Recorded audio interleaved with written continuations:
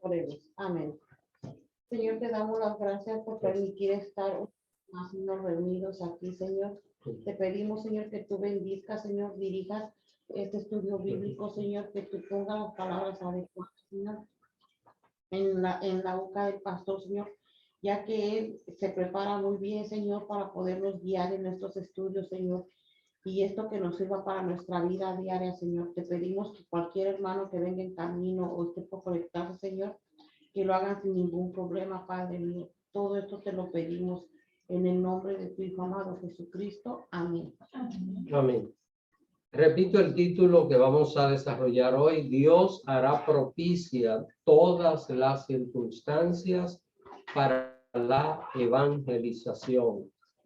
Y la iglesia, retomando otra vez el tema del libro de los Hechos, que habíamos hecho como una curva para tratar algunos asuntos, en aquel tiempo comenzó a expandirse por toda la ciudad de Jerusalén.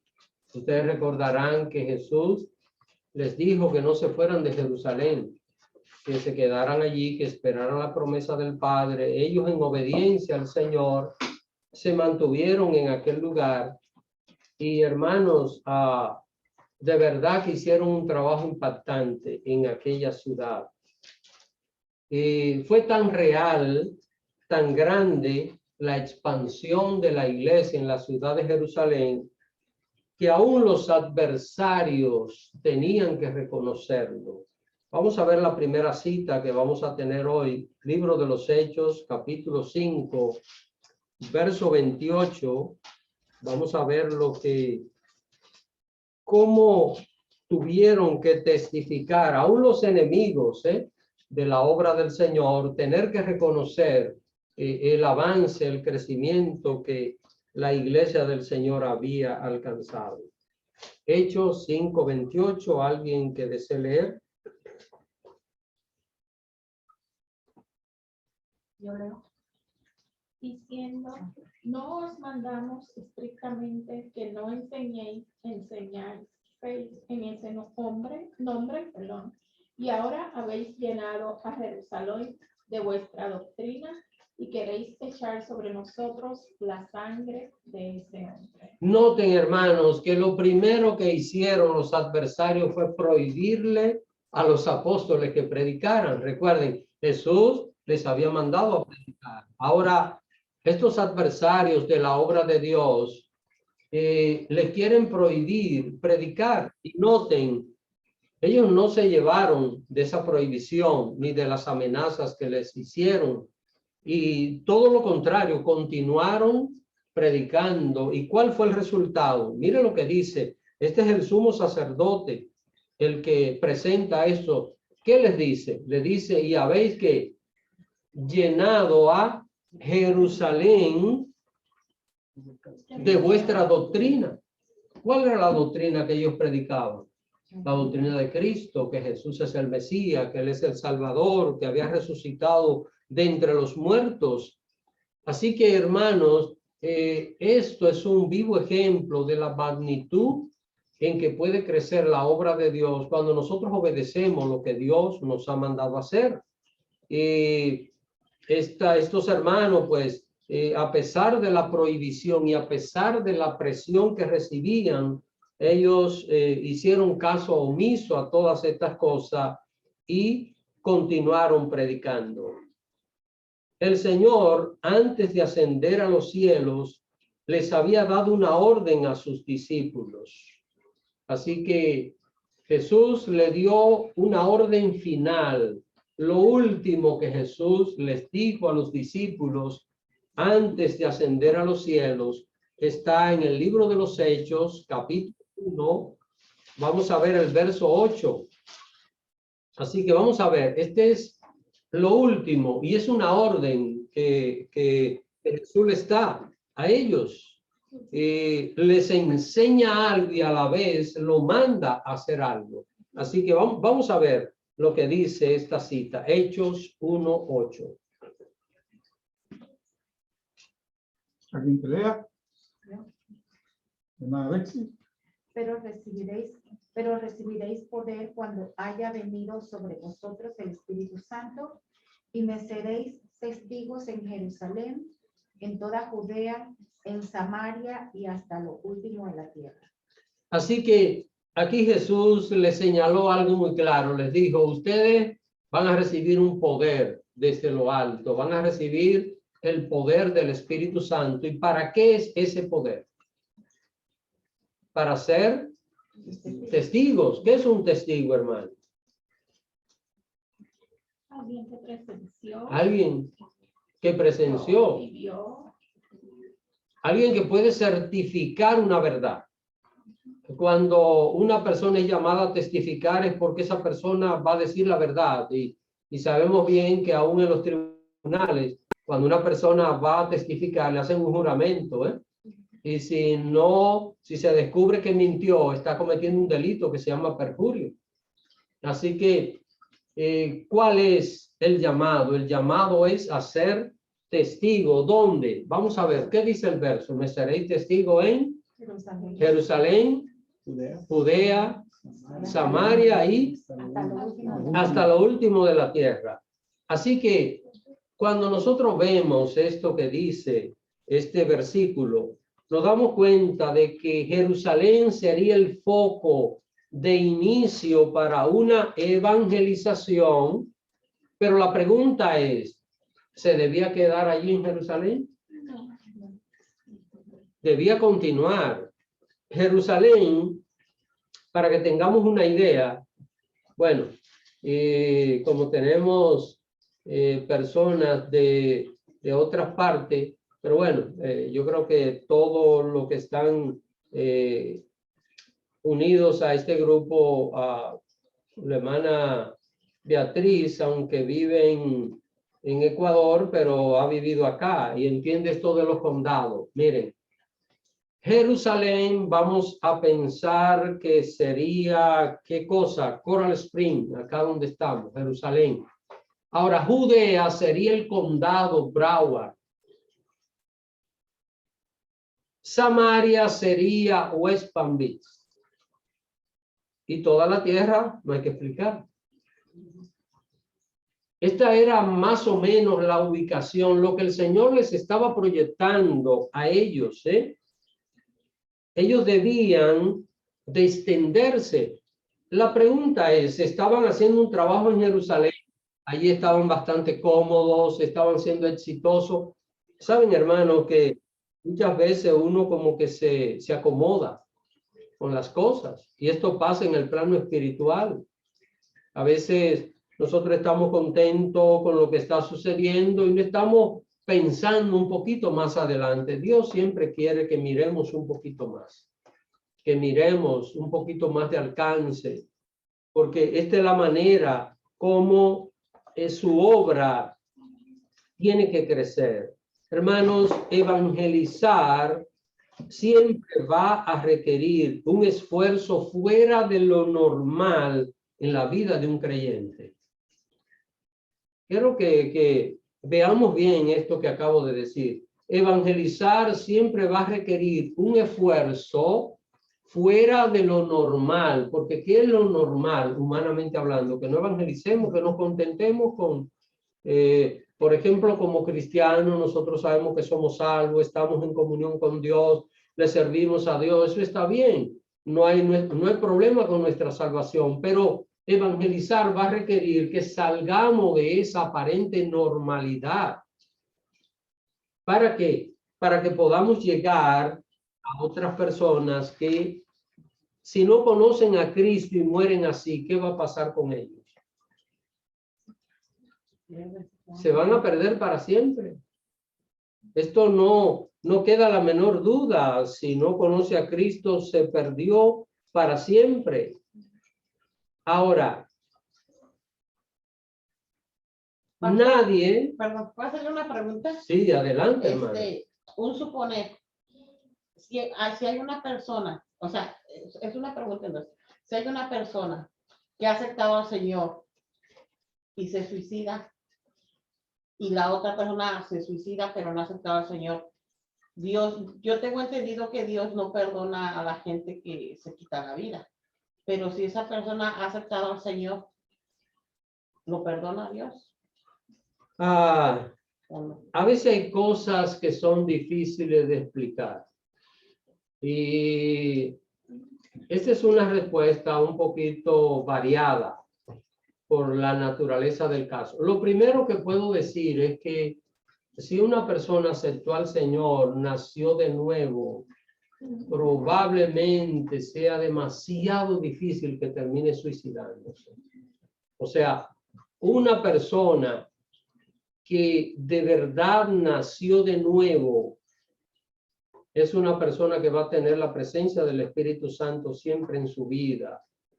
Y por muy difícil que sea la situación, entendemos que llegar al extremo de terminar con su vida. A mí me cuesta mucho pensar que una persona que dé ese paso realmente ha sido salva. Ahora, yo estoy limitado en mis conceptos.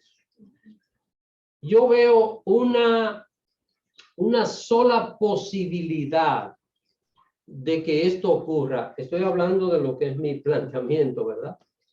Y es que una persona haya conocido a Cristo de verdad, nació de nuevo, pero que llegue un momento donde sufra algún tipo de enfermedad mental. Y entonces en ese estado de enfermedad mental termine suicidándose, ya estamos hablando de otra cosa. Porque recuerden que cuando una persona no es consciente de sus acciones, entonces el pecado no cuenta. Una persona comienza a pecar delante de Dios cuando tiene edad para saber lo que es bueno y lo que es malo. Pero pensemos que esa misma persona más adelante a cierta edad por Alzheimer o por algún tipo de demencia, muchas veces hereditaria, que a veces sucede, la persona pierde y comete cualquier error, cualquier cosa, entonces no puede ser imputada esa persona de un pecado. O sea que eso es lo que entiendo. En ese orden, no podría explicar más de lo que entiendo.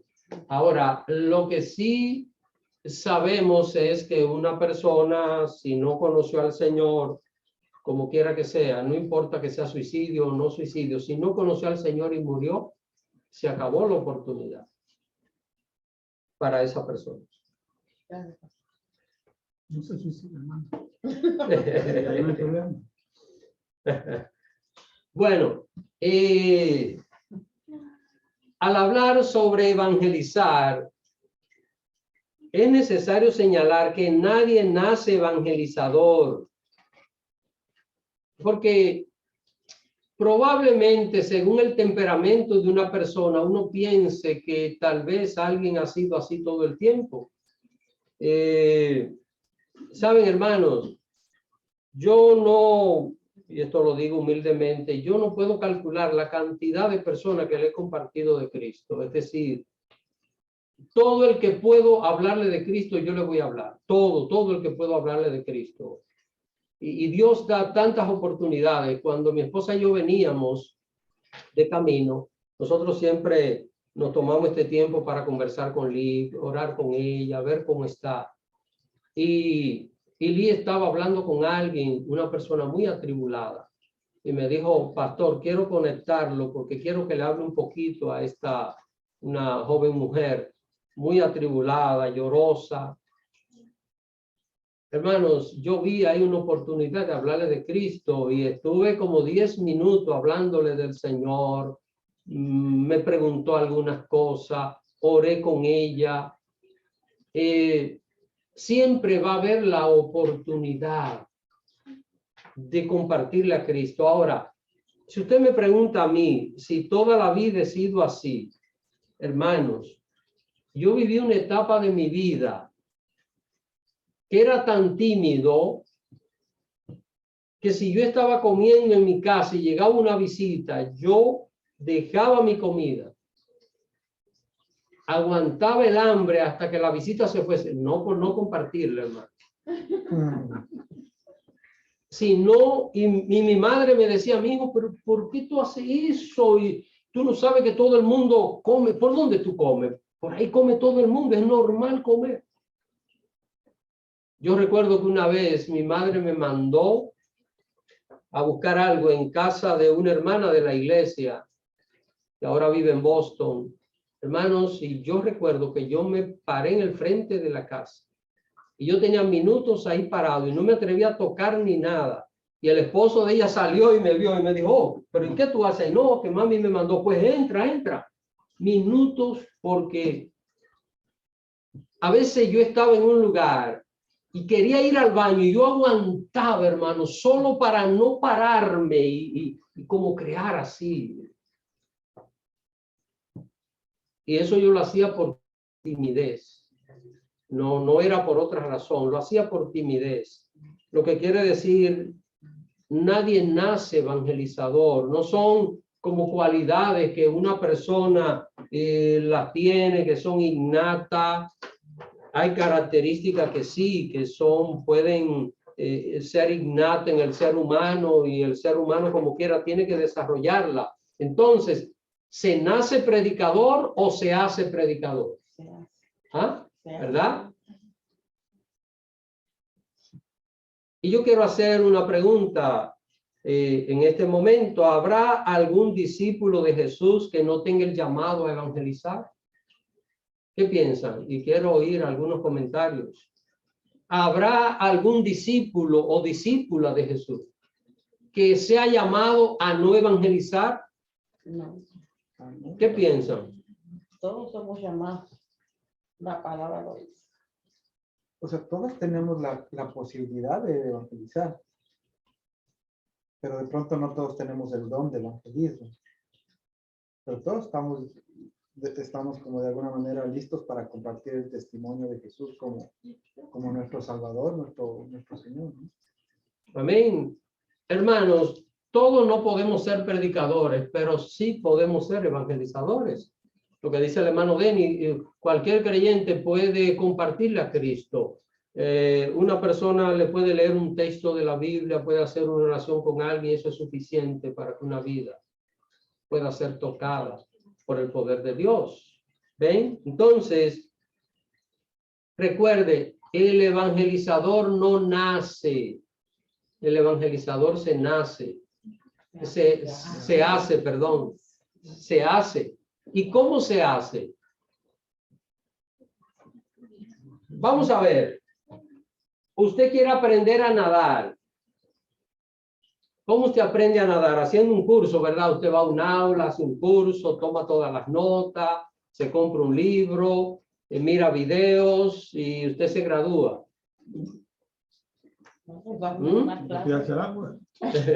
Hasta que no se tire al agua, no va a nadar. Hay que tirarse al agua. Para evangelizar, ¿qué hay que hacer? Evangelizar. No hay otra manera, hermanos. Hay que comenzar a hacerlo. Y pastor, perdón, una inquietud acá nada más. Es que cuando uno nace de nuevo, no nace ya uno con esa experiencia o esa inquietud de compartir la experiencia de uno con Cristo. O sea, en ese sentido no podríamos decir que uno ya nace con eso. Porque me viene a la mente la mujer samaritana. Ella fue perdonada y luego inmediatamente, como algo natural, fue y compartió, ¿no? Sí. Pero yo creo que en este caso, o sea, Dios escogió, Dios le escogió a ella. O sea, creo que Dios tiene ya todo. Esto en orden. Sí, vamos a decir, no fue casualidad que Jesús se detuviese a aquella hora en el pozo y que esta mujer no buscara agua en el pozo en la mañana, sino al mediodía, y que se encontrara con Jesús. Sabemos que hay un propósito, un plan. Ahora, sabemos bien que hay casos específicos. Por ejemplo, solo vamos a encontrar un Pedro en la Biblia, solo un Jeremías, solo un David. Son Pero cuando estamos hablando de este llamado, es un llamado hecho a todos. Porque ¿qué dice Jesús en la gran comisión? Id y hacer discípulos a todas las naciones. Entonces, en ese sentido, Dios ha puesto un potencial en cada creyente para que pueda hacerlo. Pero, ¿cuál es el asunto? El asunto es comenzar a hacerlo, empezar a hacer las cosas. Creo que hay... Vamos con la hermana Bielka y después con la hermana Magnolia. Adelante, hermana Bielka. Bendiciones para todos. Pastor, yo quería decirle, en mi caso particular, yo no evangelizo como directamente. Pienso que se me hace un poco difícil, como pues, si se me sienta alguien al lado, aunque sea mujer, que sea, es lo que debemos de hacer, porque soy mujer, hablarle de la palabra a otra mujer. Se me hace difícil, no sé, pero en cambio, yo he sido intencional, por ejemplo, cuando nos reunimos las muchachas de la promoción de nosotros, hacen un programa y yo les digo, por ejemplo, bueno, la parte de la meditación me la dejan a mí. Y ahí yo les predico el evangelio. Y no solamente, me ha tocado también donde yo trabajé, era en un colegio cuando los muchachos de cuarto bachillerato iban a salir, también me invitaban y yo les hablaba a ellos. Y muchos aceptaron al Señor. Y de hecho, hay una de las señoras que limpia en el colegio, que yo le pedí al profesor que si ella podía pasar para escuchar. Y ella se convirtió y hoy en día ella le sirve al Señor y toda su familia. Y fue en una predicación que yo di en cuarto de bachillerato, la honra y la gloria es para el Señor. Pero sí quisiera, porque quiero hacer como individual, porque siento que he perdido oportunidades. Como que a veces se me es difícil comenzar, no sé. Quizás timidez, aunque no parezca, pero sí, a veces me da trabajo hablar con alguien que no conozco. Sí se me hace fácil después que conozco, pero si no conozco se me hace difícil. Entonces, me siento a veces con carga porque no lo hago individual. Eso yo quería decir.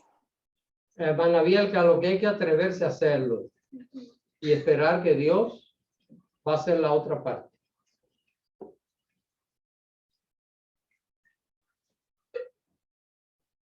Hermana Magnolia.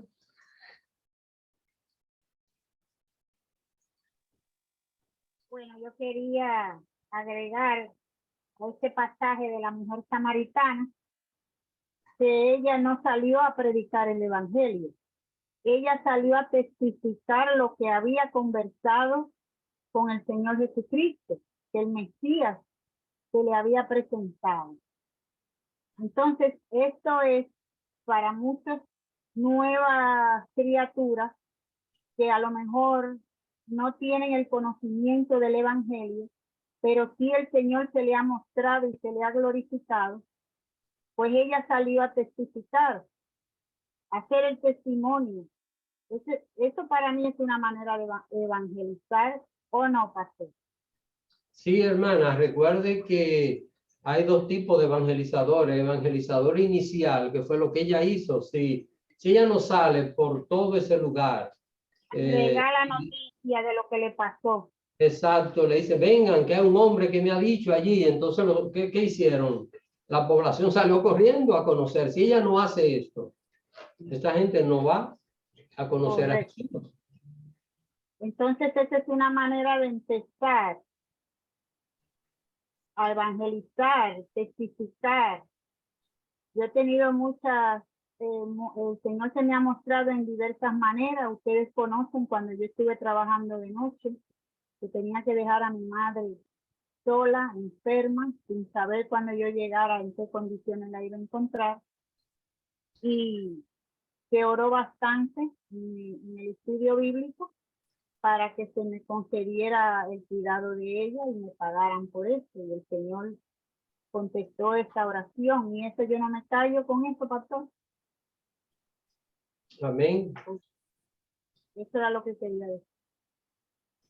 Muy bien. Es decir, si no podemos nosotros predicarle un sermón a una persona, pero sí podemos invitarlo. Ven a nuestra iglesia. Mira, tenemos una reunión de oración y de estudio bíblico los miércoles, o tenemos una reunión los viernes. Acompáñanos. ¿Qué te parece si viene con nosotros? Y esa persona puede llegar. Había un hermano que llevaba mucha gente a Canaán, y yo le preguntaba, ¿y cómo tú lo haces? Y dice, no, yo lo invito. Y me dicen que no, y yo lo sigo invitando. Me dicen que no, y lo sigo invitando, y lo sigo invitando. Esa era la táctica de él, y lo llevaba. Así que, de alguna manera, hermanos, alguien Dios nos pone por delante para que nosotros le compartamos el evangelio. Ahora, continuando con lo que estaba pasando en Jerusalén, la iglesia estaba creciendo enormemente en Jerusalén, pero ¿qué era lo que Dios les había dicho? Vamos a ver, ¿cuál fue el mandato original? ¿Me seréis testigos dónde? Jerusalén, Judea, Samaria. Pero ellos estaban allí concentrados en Jerusalén. Entonces es cuando Dios permite que suceda algo. Vamos a verlo en el capítulo 8 del libro de los Hechos. Vamos a ver, y quisiera que alguien se lea los versículos desde el 1 hasta el 3, para que veamos lo que pasó. Hechos 8, del 1 hasta el 3. Hermana Beatriz. Buenas noches, hermanos. En Hechos 8, del 1 al 3. Y Saulo consentía en su muerte. En aquel día hubo una gran persecución contra la iglesia que estaba en Jerusalén, y todos fueron esparcidos por las tierras de Judea y de Samaria, salvo los apóstoles. Y hombres piadosos llevaron a enterrar a Esteban, e hicieron gran llanto sobre él. Y Saulo asolaba la iglesia, y entrando casa por casa, arrastraba a hombres y a mujeres y los entregaba en la cárcel. ¿Qué les parece, hermanos?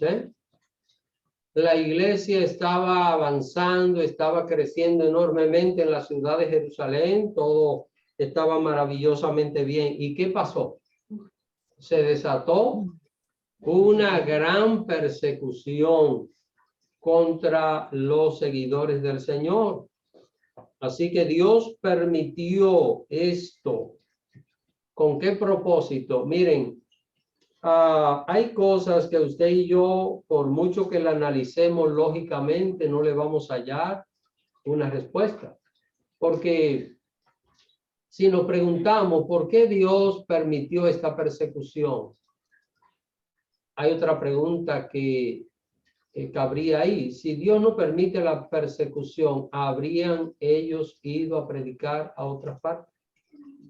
Estaban muy cómodos allí, muy bien.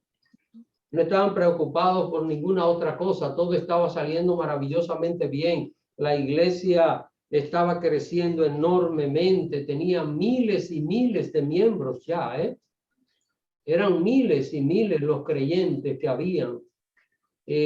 Allí, recuerden lo que leímos hace un rato, que dijo el sumo sacerdote: ustedes habéis llenado a Jerusalén de vuestra doctrina.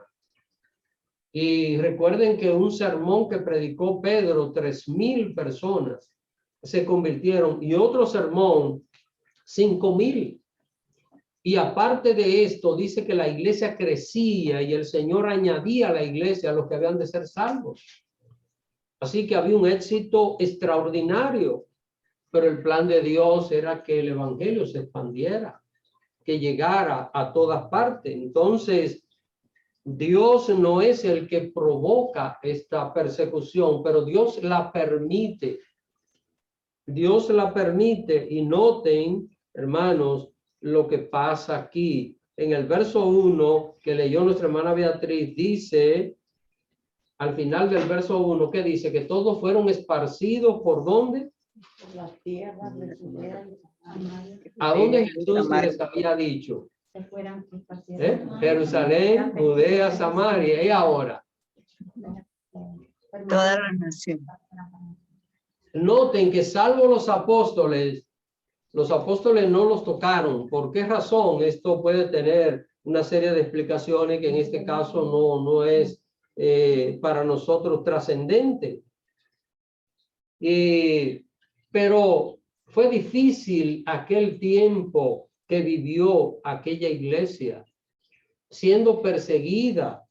Noten, hermanos, aquí que ese día que se desató esa persecución, murió el primer mártir de la iglesia cristiana, Esteban, que fue uno de los 7 diáconos elegidos para asistir a los apóstoles en lo que es el servicio interno de la iglesia. Así que hubo ese martirio, se desata aquella gran persecución, y aquí aparece un personaje que se destacó por su crueldad contra la iglesia, Saulo. Y note lo que dice el verso 3, que asolaba la iglesia y entraba casa por casa. Esta expresión, arrastraba a hombres y a mujeres y los entregaba en la cárcel. Así que ahora los cristianos estaban padeciendo la cárcel, estaban padeciendo la persecución, no podían estar tranquilos, no podían tener una reunión así como la que nosotros tenemos libremente, tenían que estarse reuniendo ahora escondidas porque se había desatado esta gran persecución. ¿Y qué pasó? Tuvieron que salir huyendo, tuvieron que abandonar la ciudad de Jerusalén. Pastor, yo estaba pensando que ¿qué desató esta persecución? Y creo que era o sea, la iglesia estaba incomodando a la religión organizada del momento, ¿no? Sí. Entonces, de hecho, Saulo era uno de los miembros del Sanedrín, ¿no? Entonces, claro, si la iglesia no incomoda a lo que está sucediendo en el mundo actual, nadie la persigue, no hay necesidad. No se nota. No se nota, ¿no? Entonces la iglesia es parte del mundo casi. Pero acá yo veo que estaban incomodando y como leímos el versículo al principio, habían llevado la doctrina a toda Jerusalén, ¿cómo fue la palabra que dice ahí? Habéis llenado a Jerusalén. Estaban incomodando, ¿no? A la religión organizada, a la parte política inclusive. Pero viendo ahora tal cual como estamos, yo no sé si como iglesia estamos incomodando con la doctrina de Cristo, ¿no? En medio de una sociedad que, por ejemplo, avanza muy fuerte con el tema de homosexualismo y una serie de cosas que podríamos mencionar, pero no sé, solo es una apreciación, no sé si como iglesia no hay una persecución actualmente. Todavía no. Todavía no. No sé si estamos en ese camino, solamente inquietudes, ¿sí? Hubo alguien que se incomodó sobremanera de lo que estaba pasando y fue el diablo. Porque detrás de aquellos que perseguían había alguien que quería destruir la iglesia. Entonces, hermanos, podemos decir que cuando no estamos impactando la sociedad, el diablo está tranquilo, dice, bueno, ok, yo no puedo tocarlo a ellos, pero ellos no me están afectando mucho, así que no hay problema. Y este es un punto, déjenme decirle, no quiero decir que la única manera de evangelizar es si nos persiguen, porque esto no es así. Ha habido en ocasiones avivamientos en lugares donde ha habido miles y miles de conversiones y no es fruto de una persecución, porque no necesariamente esto tiene que ser así. Pero hermanos, si nosotros estamos atacando el reino de las tinieblas, podemos ver que puede haber algún tipo de reacción en contra nuestra, y es lo que aquí está pasando. Ahora, vamos a ver algo que la palabra de Dios aquí lo detalla para que nosotros veamos hasta dónde llegó Saulo en aquella persecución. Y vayamos a Hechos 26. Vamos a ver. Recuerden que acabamos de leer que Saulo asolaba la iglesia, ¿verdad? Y que entraba por las casas y arrastraba a la gente. Vamos a ver lo que dice Hechos 26. Y quiero que alguien se lea el verso, los versos desde el 9 hasta el 11. Vamos a ver lo que dice. Hechos 26, 9 hasta el 11.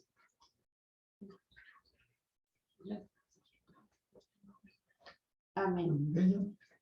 Yo ciertamente había creído mi deber hacer muchas cosas contra el nombre de Jesús de Nazaret, lo cual también hice en Jerusalén. Yo encerré en cárceles a muchos de los santos, habiendo recibido poderes de los principales sacerdotes. Y cuando los mataron, yo di mi voto. Y muchas veces castigándolos en todas las sinagogas, los forces a blasfemar, los forcé a blasfemar y en su enfurecido sobremanera contra ellos, perseguí hasta en las ciudades extranjeras. Noten, Pablo aquí está, ya es el apóstol, ¿eh? Ahora él está testificando de lo que él había hecho contra la iglesia. Y noten, hermanos, aquí lo que Pablo dice, la manera como él se levantó en aquel tiempo.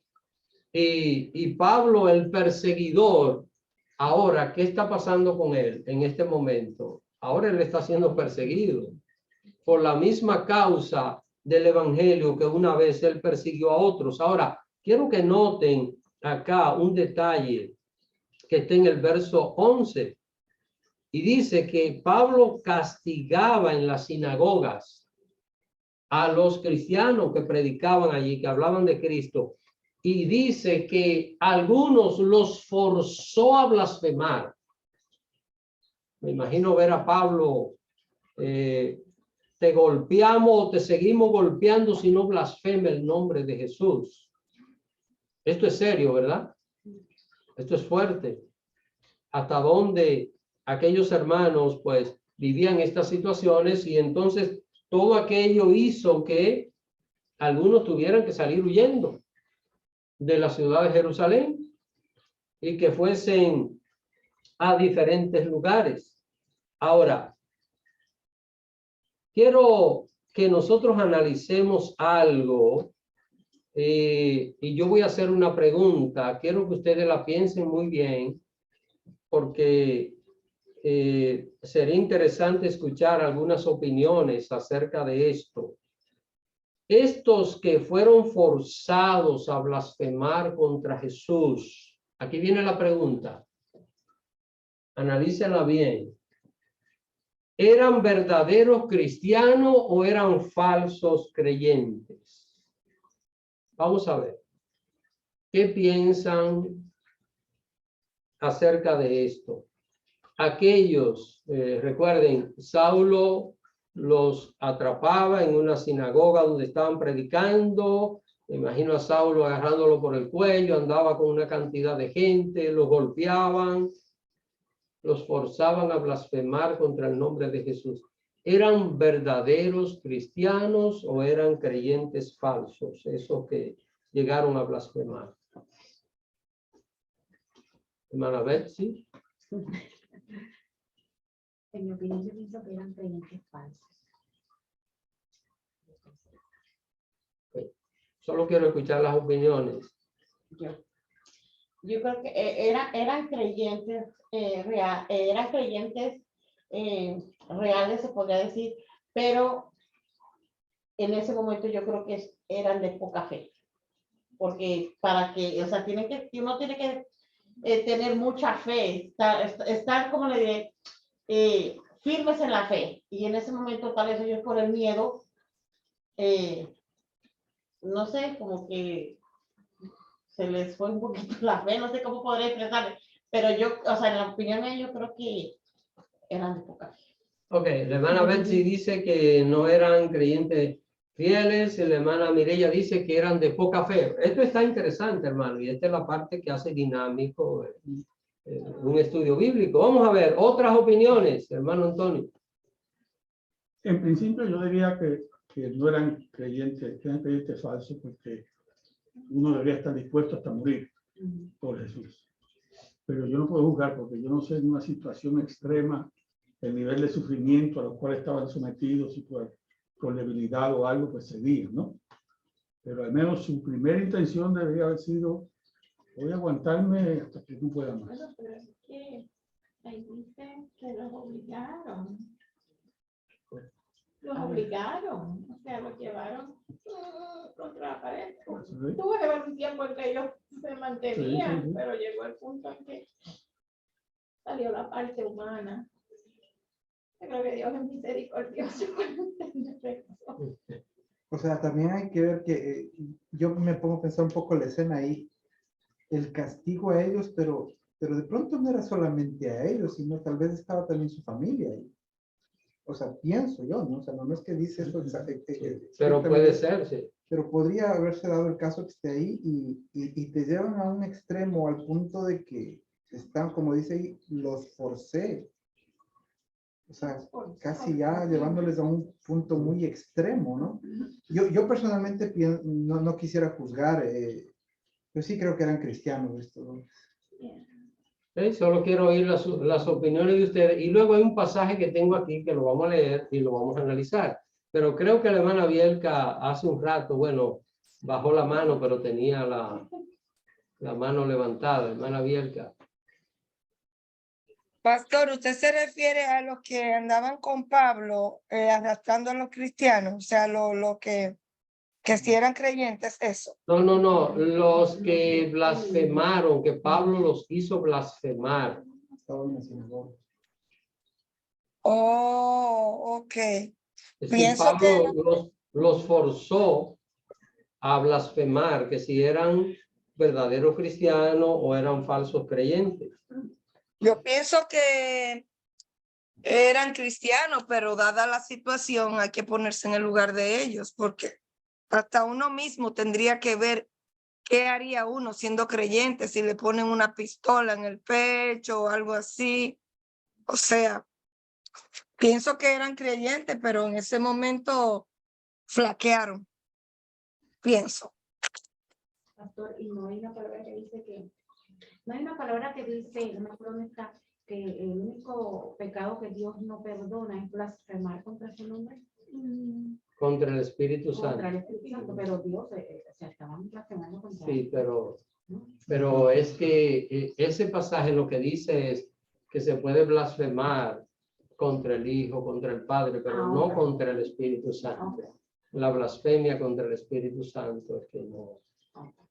Bueno. Yo pienso que si los comparamos con los mártires, pues se quedaron chiquitos. Pero bueno, creo que eran cristianos. En la versión Dios hablaba y dice, muchas veces los castigaba para obligarlos a negar su fe. Entonces, ahí está bien, Miren, vamos a buscar un pasaje de la Biblia, lo vamos a leer, yo lo voy a leer, yo mismo lo voy a leer. Marcos capítulo 14, vamos a ver. Marcos 14, del verso 66 al 72. Yo lo voy a leer y vamos a hacer una corta reflexión. Marcos 14, del verso 66 al 72. Y sí, ¿los tienen? Dice la palabra allí, estando Pedro abajo en el patio, vino una de las criadas del sumo sacerdote. Y cuando vio a Pedro que se calentaba, mirándole dijo, tú también estaba con Jesús el Nazareno.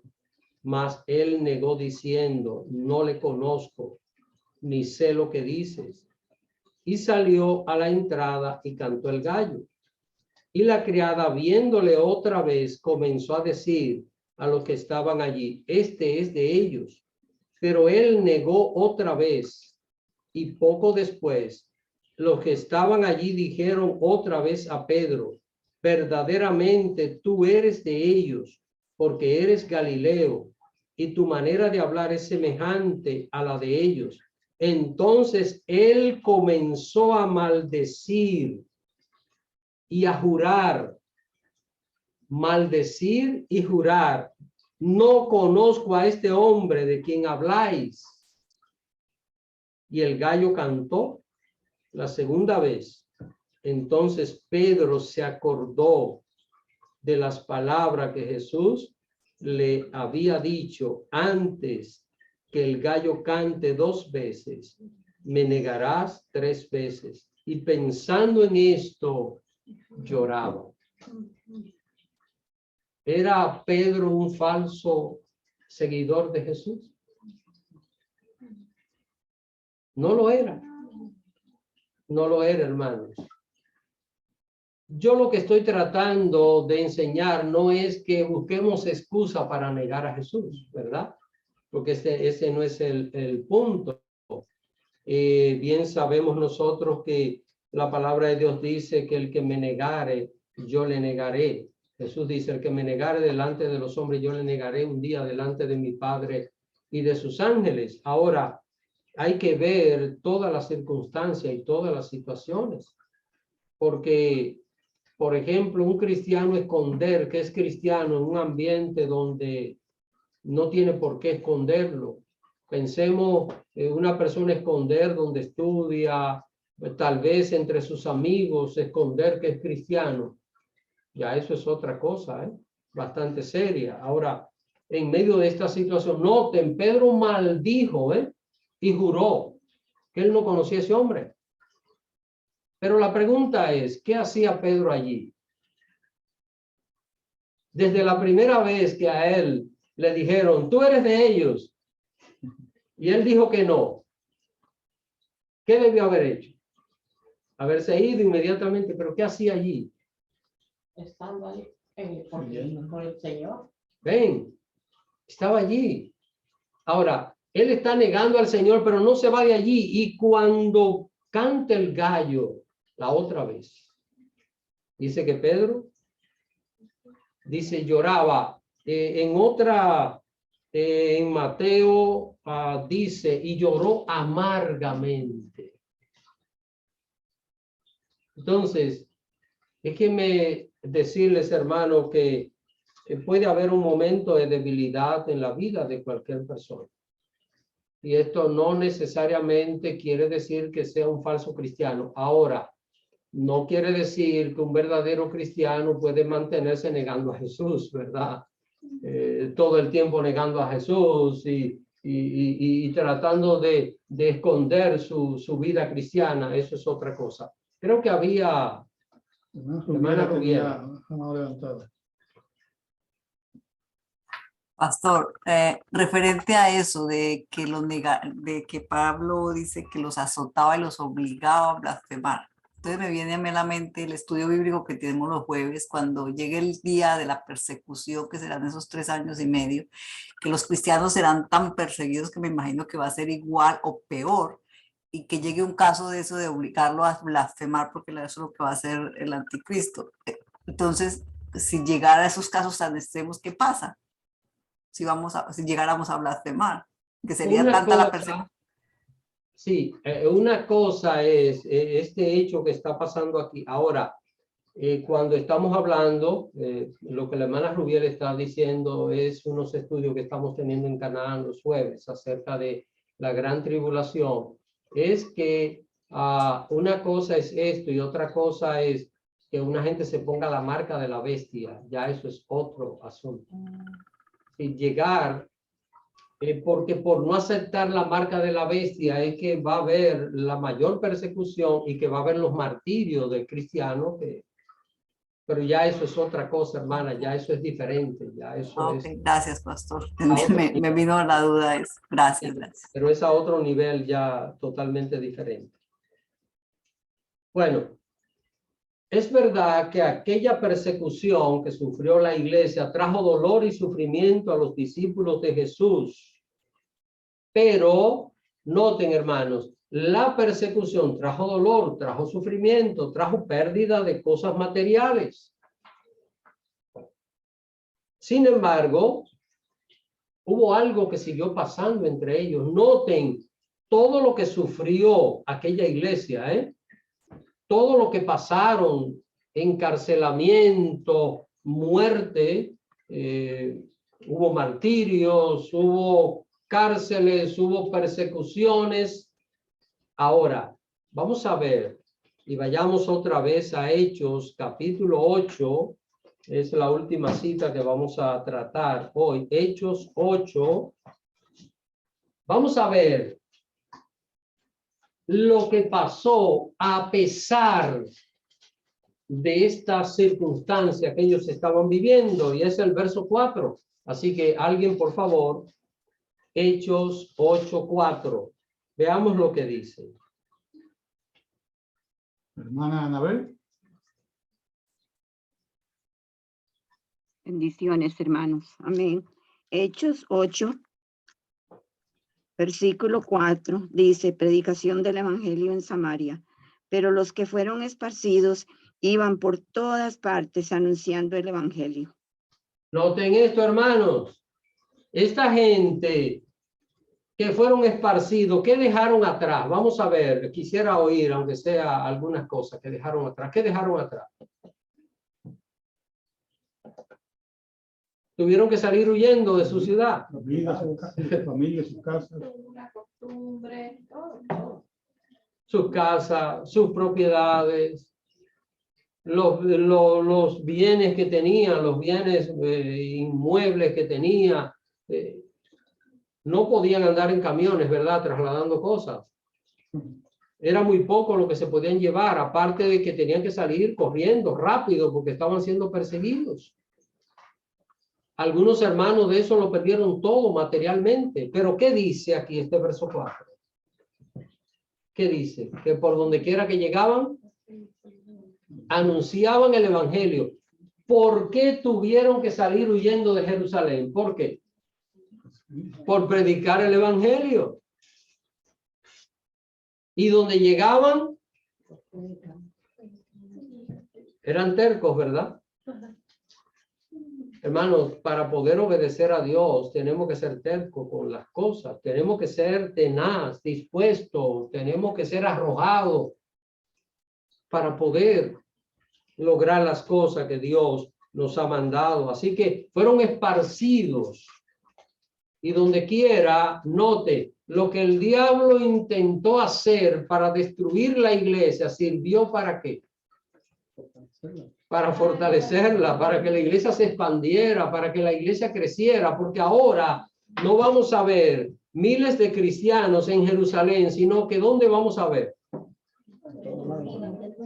Todas partes, los creyentes compartiendo el evangelio. Noten, esta gente no salió a llorar, a quejarse, ay Señor, pero después de nosotros serte fieles a ti, tú sabes cuánto te amamos y mira lo que tú has permitido. Ahora, Padre, ¿dónde vamos a vivir? ¿Qué vamos a hacer? ¿Qué vamos a comer? No, aquí vemos que continuaron compartiendo el evangelio en todas partes.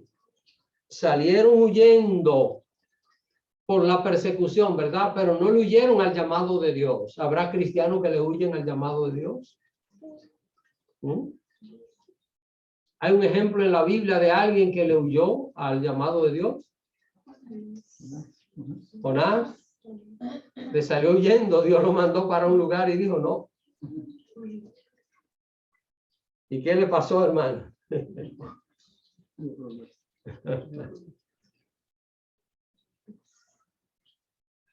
Esto que pasó fue el punto de partida para que para la evangelización mundial, usted y yo hoy somos el resultado de qué? De esto que pasó, de esto que comenzó a suceder. Hay unas preguntas que tengo acá, algunos detalles para concluir. Y quiero oír algunas opiniones.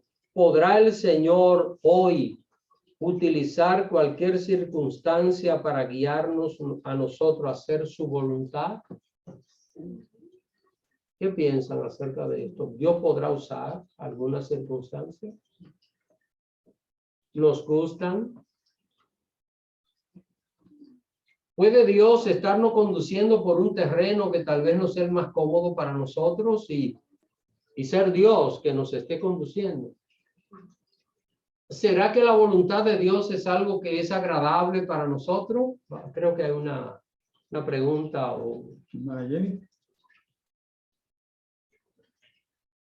Amén. Buenas noches, bendiciones para todos. Pastor, sí, yo entiendo que sí, que el Señor en estos tiempos también nos busca y nos muestra el camino para llevar su palabra. No, hay veces que uno quiere una cosa, pero el Señor le muestra otra a uno. Y sí, el Señor está utilizando mucho a sus hijos en estos tiempos, de una u otra forma, pero Él nos lleva para que nosotros llevemos su palabra a sitios donde uno no se imaginaba que lo podía hacer. Pero sí, el Señor está y va a seguir utilizando su pueblo para que el evangelio siga propagándose por el mundo. Amén. Dios va a usar circunstancias. Recuerden que el título de hoy, Dios hará propicia todas las circunstancias para la evangelización. Vamos a ver, hay otras participaciones más. Con la hermana Dora Lisa y después con la hermana Bielka. Buenas noches, bendiciones a todos. Corroborando con lo que mismo, en la misma línea que dijo la hermana Jenny, esta es una buena, y aprovechando el tema, esto es una buena ocasión para que nosotros como cristianos brillemos, nos esforcemos por predicar la palabra a tiempo y fuera de tiempo. Como mismo dice el pastor, hay que aprovechar estos tiempos porque vendrán tiempos que no vamos a estar conectados públicamente por esta vía. Entonces, es un tiempo para que estemos predicando y tomando como como el lunes, que expresamos diferentes formas de cómo hacerlo. Coger un poquito de cada uno que no tiene su propio método y este es un buen tiempo que el Señor nos ha dado ahora de predicar la palabra en medio de estos tiempos, esforzándonos. Amén. Hermana Bielka. Yo pienso que Dios no busca capacidad, Él busca disponibilidad. Y a lo que Él nos llama, Él nos capacita. O sea, Él lo que quiere es que estemos dispuestos a hacer su voluntad. Entonces, si Él quiere que hagamos su voluntad y yo quiero hacer la voluntad de Él, estoy en el lugar perfecto. El escenario está preparado para mostrar su gloria, o sea, para que Él sea glorificado a través de lo que Él quiere que hagamos. Amén. Hermanos, no sé si hay alguna otra opinión acerca de esto. Miren, no solo una situación negativa puede hacernos reflexionar para obedecer el mandato de Dios, sino que también puede ser una positiva, ¿verdad? No tiene que ser negativa, ¿eh? ¿Qué piensan acerca de esto? Porque aquí, ¿qué es lo que estamos viendo?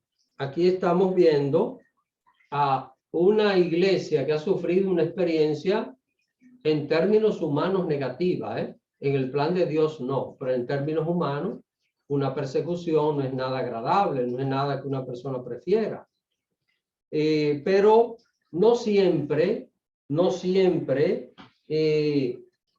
para nosotros reflexionar y obedecer lo que Dios manda, no siempre tenemos que vivir una experiencia negativa, puede ser una experiencia positiva también, la que produzca en un ser humano una reflexión.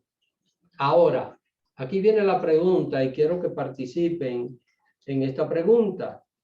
Estoy hablando de una experiencia positiva o una negativa para hacernos reflexionar. ¿Cuál de las dos usted cree que puede ser más frecuente en producir resultados? Vamos a ver, y quiero oír algunas opiniones. ¿Me están entendiendo? ¿Una experiencia negativa o una experiencia positiva? Las dos pueden hacer lo que nosotros hagamos la voluntad de Dios. Pero, ¿cuál de las dos usted cree que puede ser más frecuente en producir resultados? ¿Cuál de las dos? La negativa, yo pienso. Porque siempre cuando uno le está yendo mal, es cuando más busca al Señor. Escucha al Señor. Somos más llevados. Sí, somos más llevados. Que cuando le está yendo de maravilla, hay veces que uno, la verdad, no se acuerda, no piensa. ¿Sí me entiendes? Y cuando le está yendo uno mal o X cosa pasando en una situación, ahí uno es cuando busca más al Señor. Maneni. Sí, yo pienso que el sufrimiento definitivamente es uno de los sentimientos más difíciles para el ser humano manejar.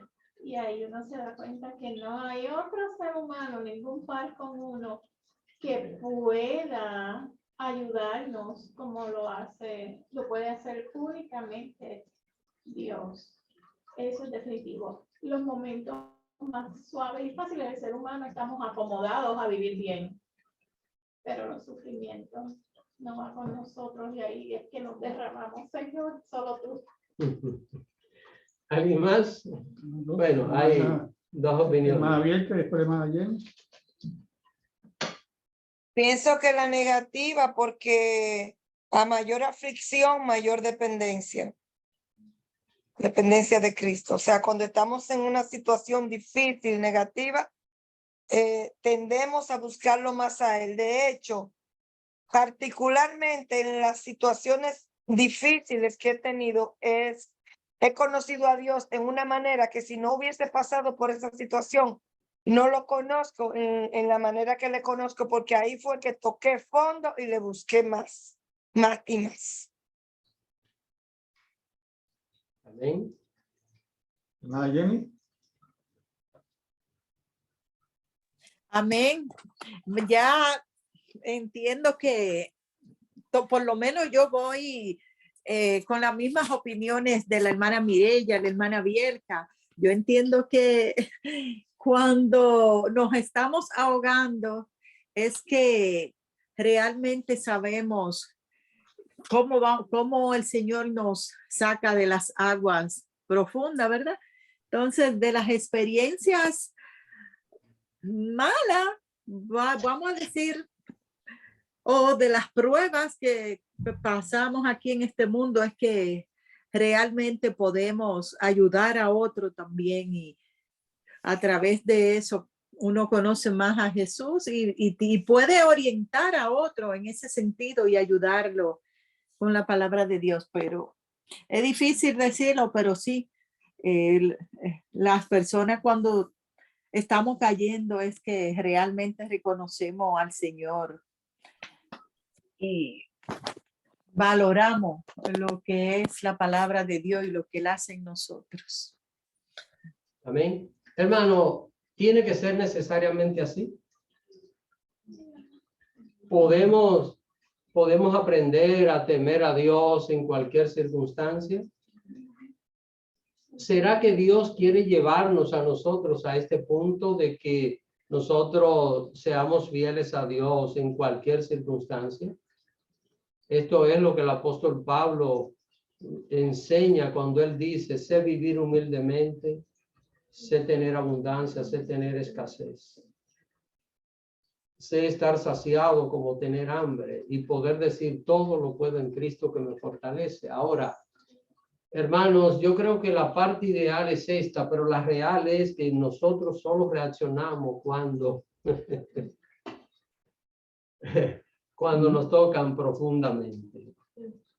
Es una realidad que no debiera ser, y déjeme decirle que no debiera ser, porque Dios puede utilizar cualquier medio para glorificarse en nosotros, pero la historia humana, esto es lo que nos enseña, lamentablemente. Y lo vemos en los hijos, lo vemos en todo lo que está alrededor nuestro y nosotros mismos también vemos esta situación. Ahora, ¿saben, hermanos, cuál es la razón de esta realidad? Aquí hay un elemento determinante y es nuestro nivel de obediencia que nosotros tenemos al mandato de Dios. Miren, Dios en su amor y su misericordia, queriendo premiarnos por nosotros obedecerle, si no obedecemos de una manera, Dios nos va a llevar a obedecer de otra forma. Y saben, es para nuestro bien, porque esto solo pasa en personas que sirven a Dios, ¿eh? Si usted nota, el que no sirve a Dios puede pasar la que pase. ¿Y cree usted que reflexiona? Se aleja del pecado, se aleja de la maldad. ¿No? Y yo he visto personas llorar en la cárcel. Recuerdo un caso de una persona joven. Fui a verlo, un varón a la cárcel. Y llorando me dijo, pastor, cuando salga de esta cárcel, yo no vuelvo más a hacer estas cosas. Y es verdad, él no volvió a hacer esas cosas, lo hizo peor. Peor, peor. Hasta tal punto que ni hemos vuelto a saber más de él, pero no porque está bien, sino de lo mal que anda. Bueno. Así que, hermanos, vamos a aprovechar cualquier circunstancia. ¿Para qué? Para obedecer el mandato del Señor. Esta es la enseñanza y es la verdad central del tema de hoy. Que cualquier circunstancia nos ayude a nosotros a obedecer al Señor. Yo creo que el mayor paso de obediencia que nosotros podemos tener es predicar el Evangelio. Hablarle a alguien acerca de Cristo. No sé si hay alguna pregunta final o algún comentario. Ustedes cuando empezamos que evangelizar siempre requiere un esfuerzo fuera de lo normal. Pero si estamos muy cómodos no vamos a hacer un esfuerzo fuera de lo normal. Requiere muchas veces una crisis que nos haga reaccionar y enderezar. Y siempre me acuerdo de una conferencia que vi el video, no asistí, del avión que se estrelló en los Andes hace mucho tiempo. La tragedia de Entonces uno de los oyentes se dedica a dar charla y él dijo que ellos tenían un radio que escuchaban y sabían de la búsqueda, pero que no escucharon que ya había pasado mucho tiempo y no los iban a buscar más. Y todos pues se echaron a ayudar, pero él dijo, en ese momento yo supe que nos íbamos a salvar, porque ahora nos toca hacerlo nosotros. Ahora no dependemos de nadie. Y de ahí en adelante todo fue, en vez de lamentarse, sino pues pasó esto, a lo mejor nos están queriendo decir, Dios es que tuvo que poner una posición incómoda para tomar acción. Sí. Sí. Así que, hermanos, a veces ustedes, bueno, quizás conocen esta expresión, hay que quemar los barcos para poder salir adelante. ¿Alguna pregunta final, los hermanos de Zoom?